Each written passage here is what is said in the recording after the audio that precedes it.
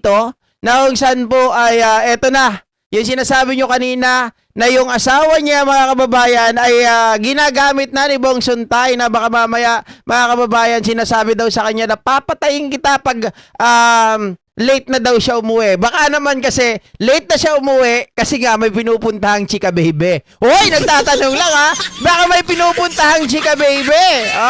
Pero ang asawa ni Suntay mga kababayan ginamit na may pagtanggol lang etong si BP Sara Duterte. Naku po, ang laki talaga ng utang na loob. Handang magpakatuta etong si Bong Suntay mga kababayan, may pagtanggol lamang etong si BP Sara Duterte. Usapin ito ng mga kababayan ng kung saan po ay ipinakita sa video ng pagbabanta ni BP Sara Duterte laban po sa Pangulo, laban po sa First Lady at sa dating Speaker of the House, mga kababayan. Ito po ang anuhin natin, pag-usapan natin.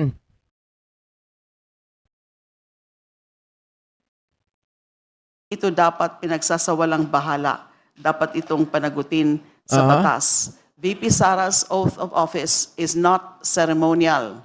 It is a constitutional commitment to uphold lawful processes, maintain peace and order, and protect the stability of the Republic. At bakit naman po maituturing itong other high crimes? Ang other high crimes ay tumutukoy sa mga gawaing may mabigat na epekto sa maayos na pagpapatakbo ng pamahalaan. Kung totoo ang alegasyon ng sabuatan upang patayin ang mga pinakamataas na opisyal ng bansa, ito ay magdudulot ng kaguluhan sa constitutional succession, panganib sa pambansang seguridad at kawalang katatagan sa pamahalaan. This is perhaps no clearer example of an offense that strikes at the orderly working of government. Even without a criminal conviction, such an allegation, if admitted, squarely falls within the constitutional concept of other high crimes. At bakit naman po betrayal of public trust? Kung totoo ng respondent ay nais gumamit ng dahas para patahimikin o mapatalsik ang mga leader ng pamahalaan, pagyurak ito sa kaayusang konstitusyonal. This is betrayal of public trust in its most severe form. Hindi na dapat manatili sa posisyon ang ganitong mag-isip. So, the allegations are clear. The evidence is there. The video is available. The video is of public knowledge. The fact of that threat of assassination has reached the level or the status of notoriety na maraming nakakita. Tayo, nakita natin yung video na yan, lantaran na nagbanta against the President, the First Lady, and the House Speaker. So malakas po ito, former House Speaker, malakas po itong ground na ito. And I suppose the video is ready to play. Okay, eto na yung video mga ka-GPnatics. All right, so since our endorser is mentioning about the video, with the indulgence of the members, we will be suspending for the Secretariat to prepare for the presentation of the video.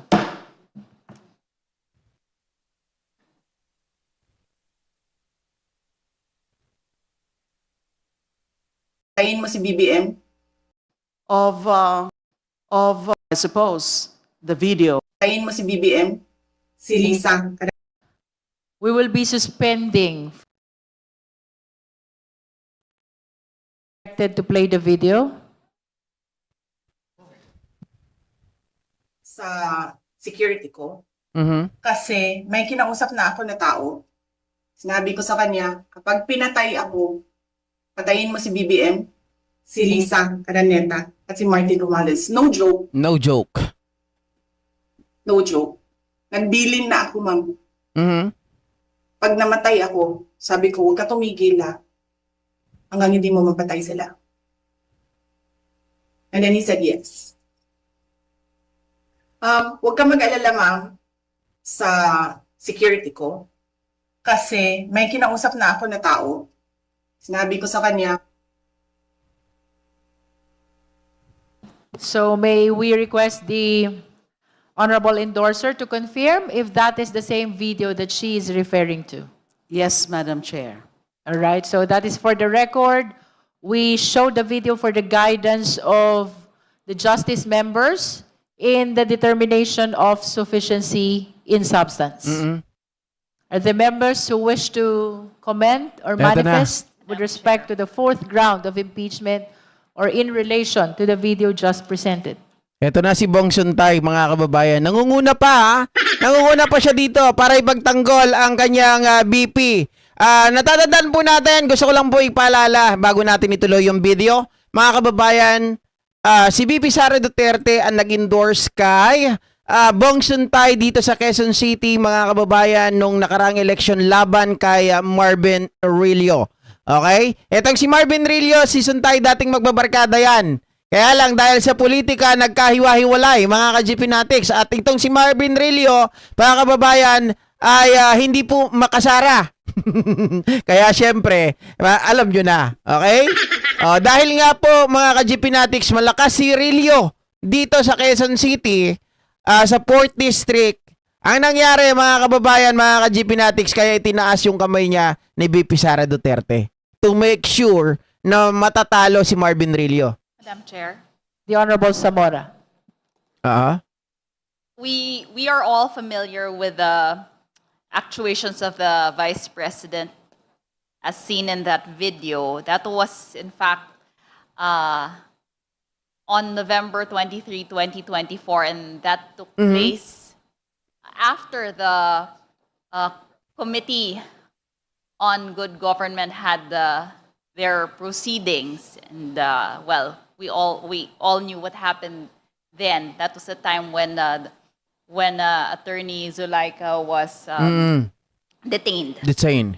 And well, it is incumbent upon us to point out the specific portions of the complaint. The Honorable Laila de Lima already mentioned, but it is clear here under paragraph 100 that the Vice President committed overt acts constituting impeachable offenses. It says here, and as we saw in the video, that on November 23, 2024, in a morning briefing with the media, Vice President Sara stated that she has talked to an assassin and had instructed him to kill President Marcos Jr., the First Lady, and the former Speaker of the House of Representatives. To continue, in paragraph 105, it states here, instead of retracting what she said, Vice President Sara admittedly owned her previous statement. On Walang November remorse. 26, 2024, she publicly confirmed that she had indeed talked to a person who could assassinate the President, the First Lady, and the former House of Representatives Speaker. A reporter said, "So, but you already talked to a person," Vice President Sara said, "Yes. To do that in the event that you are killed?" And Vice President Sara said, "Yes, yes, yes." It is my position that the threats were conditional, is inconsequential, and that the mere act of engaging an assassin, as stated in the complaint, is opposed to her oath, and that the mere act of uttering these statements is already impeachable because at the very least, it amounts to a betrayal of public trust, aside from all of the offenses charged in the impeachment complaint. Thank you, Madam Chair. Thank you, Honorable Zamora. Madam Chair. Honorable Suntay. Ito na. Madam Chair, the complaint alleges that the respondent declared that she had arranged for a person to kill the President, the First Lady, and the Speaker if she herself were killed. The complaint alleges a public statement, but it does not allege the existence of an actual agreement to kill. Mga kababayan. Oy! Abogado ka, di ba? meron bang mga ka-GPnatics, meron bang dumating sa punto or meron ba kayong naalala o meron ba kayong alam or lumapit man lang sa inyong isipan kasi hinahanap ni Bong Suntay may allege ng pagpatay, di ba? Pero wala naman daw maipakitang agreement. Mga ka-GPnatics. Okay, walang black and white ang pagpatay. Tandaan po ninyo ha, wala pong mamamatay tao na pipirma sa isang kasunduan. Okay? Na magkakaroon sila ng black and white, na magkakaroon, ito, pirmahan mo to, na meron tayong kontrata, ganito ang binayad ko sa'yo, kailangan mapatay mo at kailangan yung tatlo na yan ay sa mga papatayin mo. Si Pangulo, si BBM, si Lisa, at si Romualdez. Di ba? Walang ganon mga ka-GP na. Saan ka nakakita ng papatay ka na tapos pipirma yung killer? Walang ganon.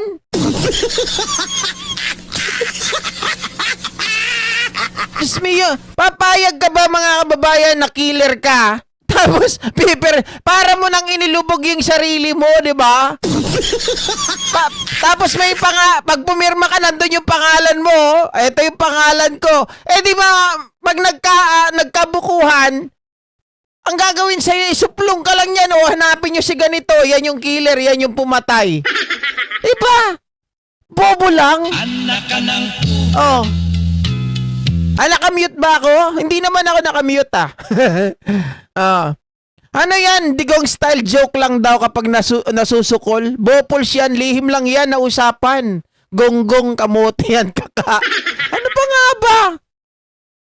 Not even an overt act in furtherance of such agreement. Any act constituting conspiracy or any act constituting conspiracy or attempted murder. Kasi yung alleged gunman, hindi man lang natin na-present. Now, let's go. Yung alleged gunman daw, hindi man lang natin na-present. Okay. So, paano natin, tingnan mo ha, mga kababayan, tayo po ay nag-iimbestiga. Even Sara Duterte herself, mga ka-GPnatics, hindi naman niya sinabi kung sino yung tao eh. 'Di ba? Hindi niya sinabi kung sino yung gunman. Hindi niya sinabi kung sino yung assassin.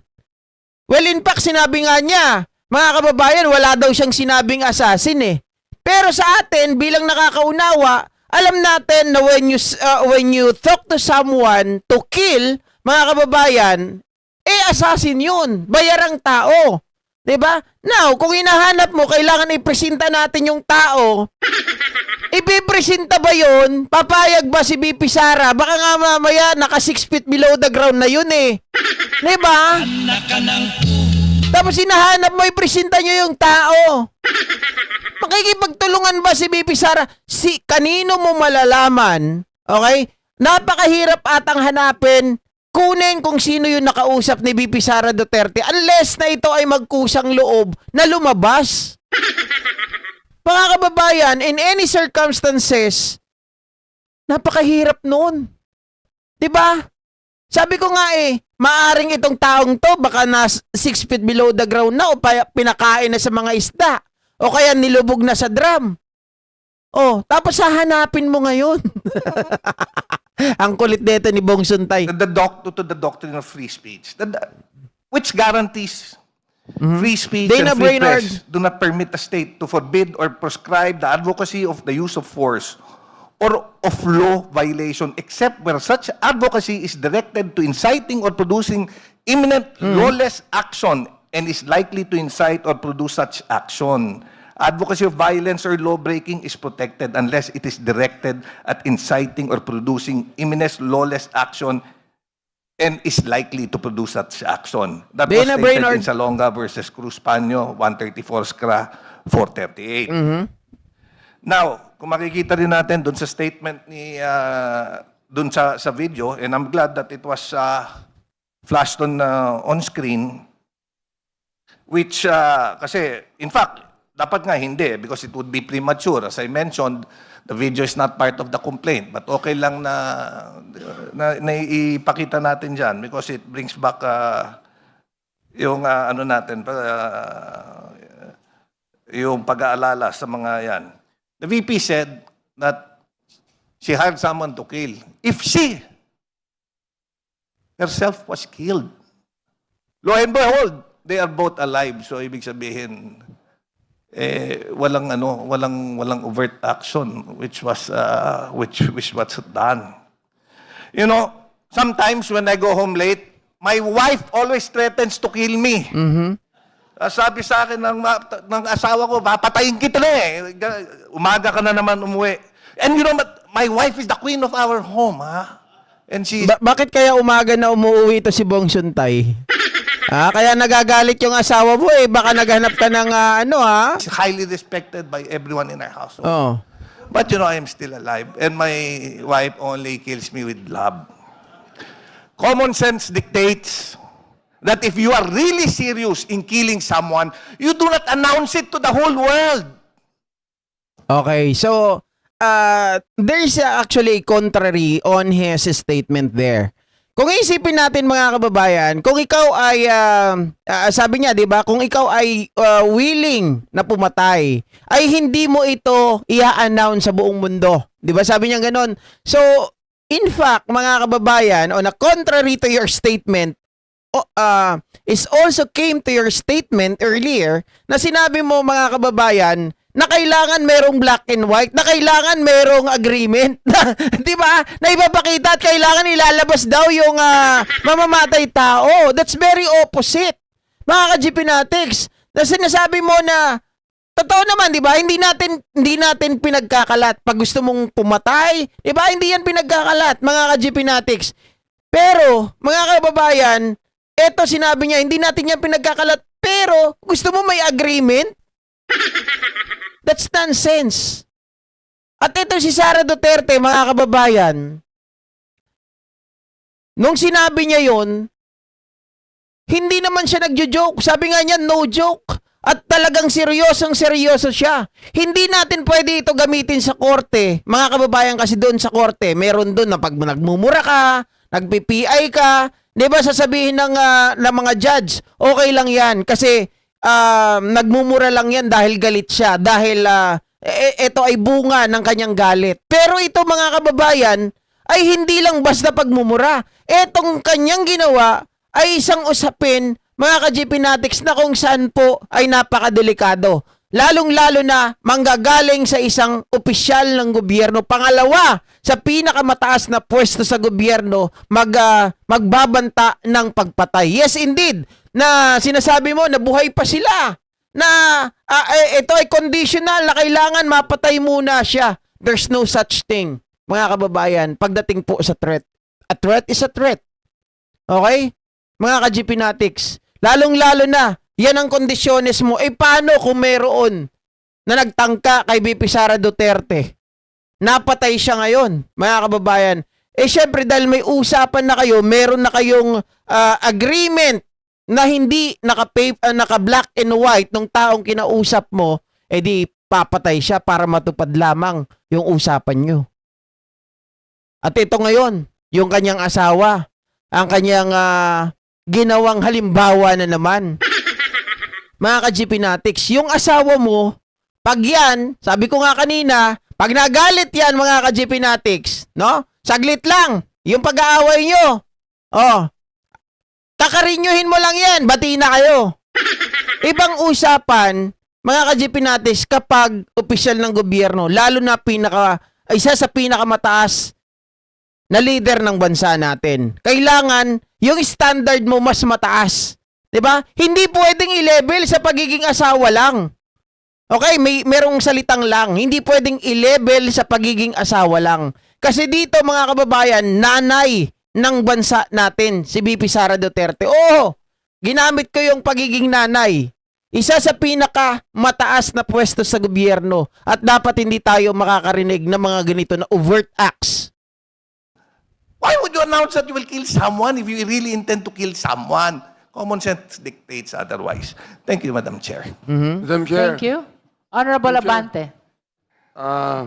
With due respect to Basag siya Congressman dito. Suntay, I do not know if he is lawyering with for the Vice President, because I would even think that he is right now defending her. Pero, Tama, tama. Di ba, yung asawa mo, pag galit, mga kababayan, bigyan mo lang ng pan-shopping. Di ba?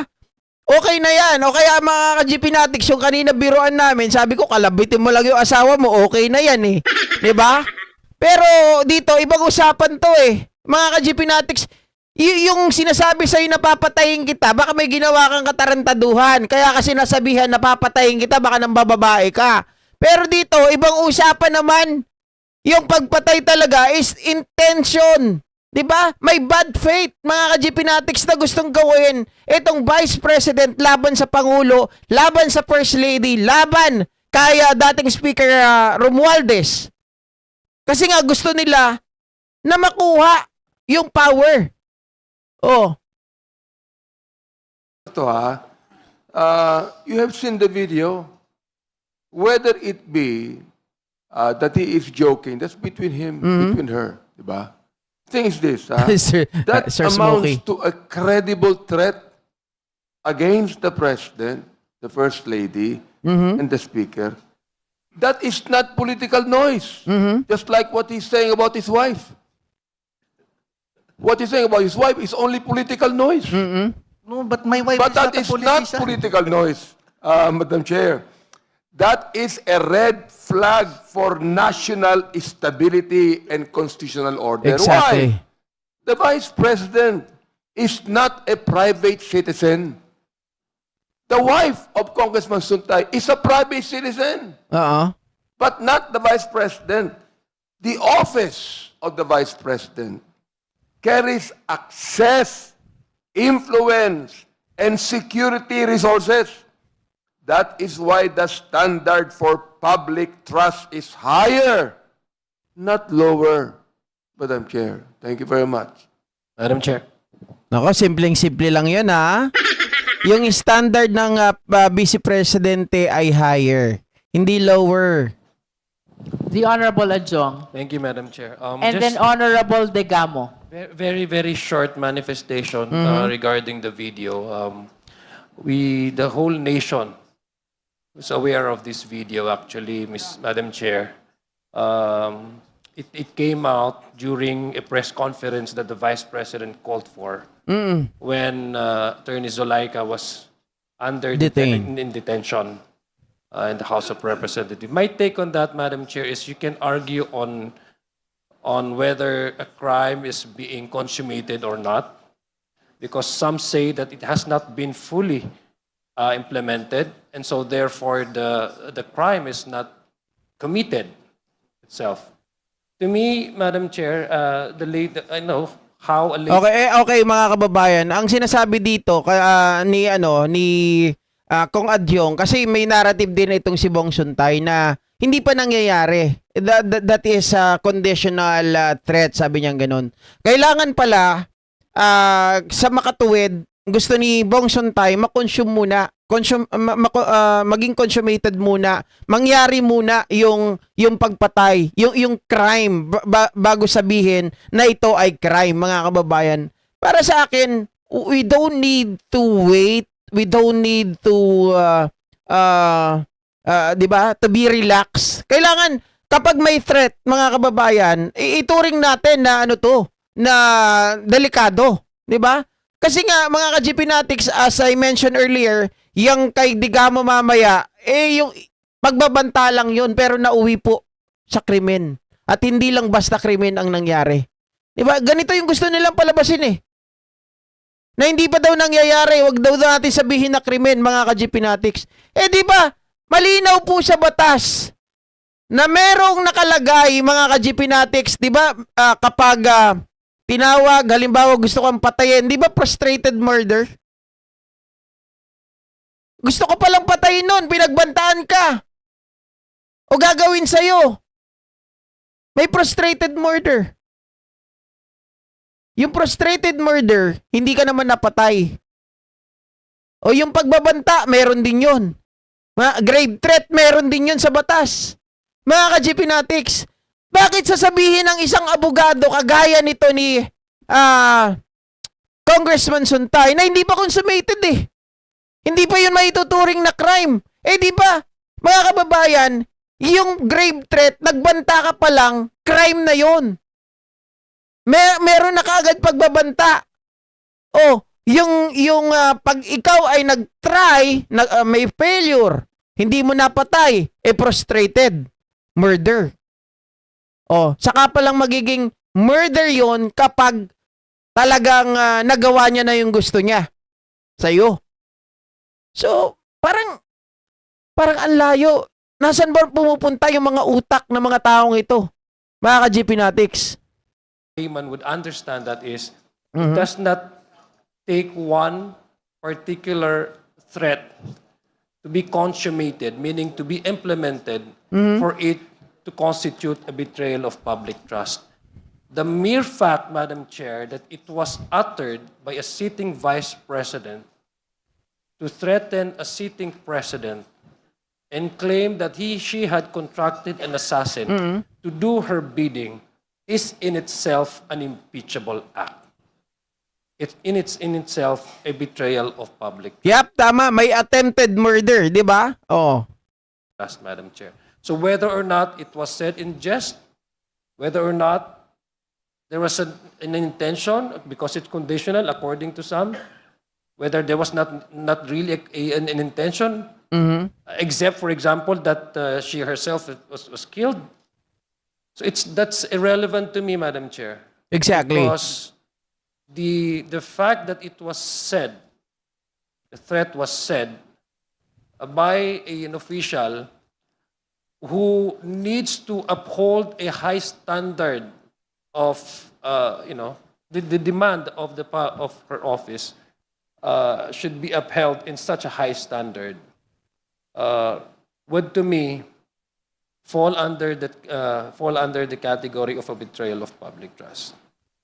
That is my humble submission, Mr. Chair, Madam Chair, on the issue of the video that just flashed, played on the monitor, Madam Chair, Your Honors. Thank you. Maraming salamat po.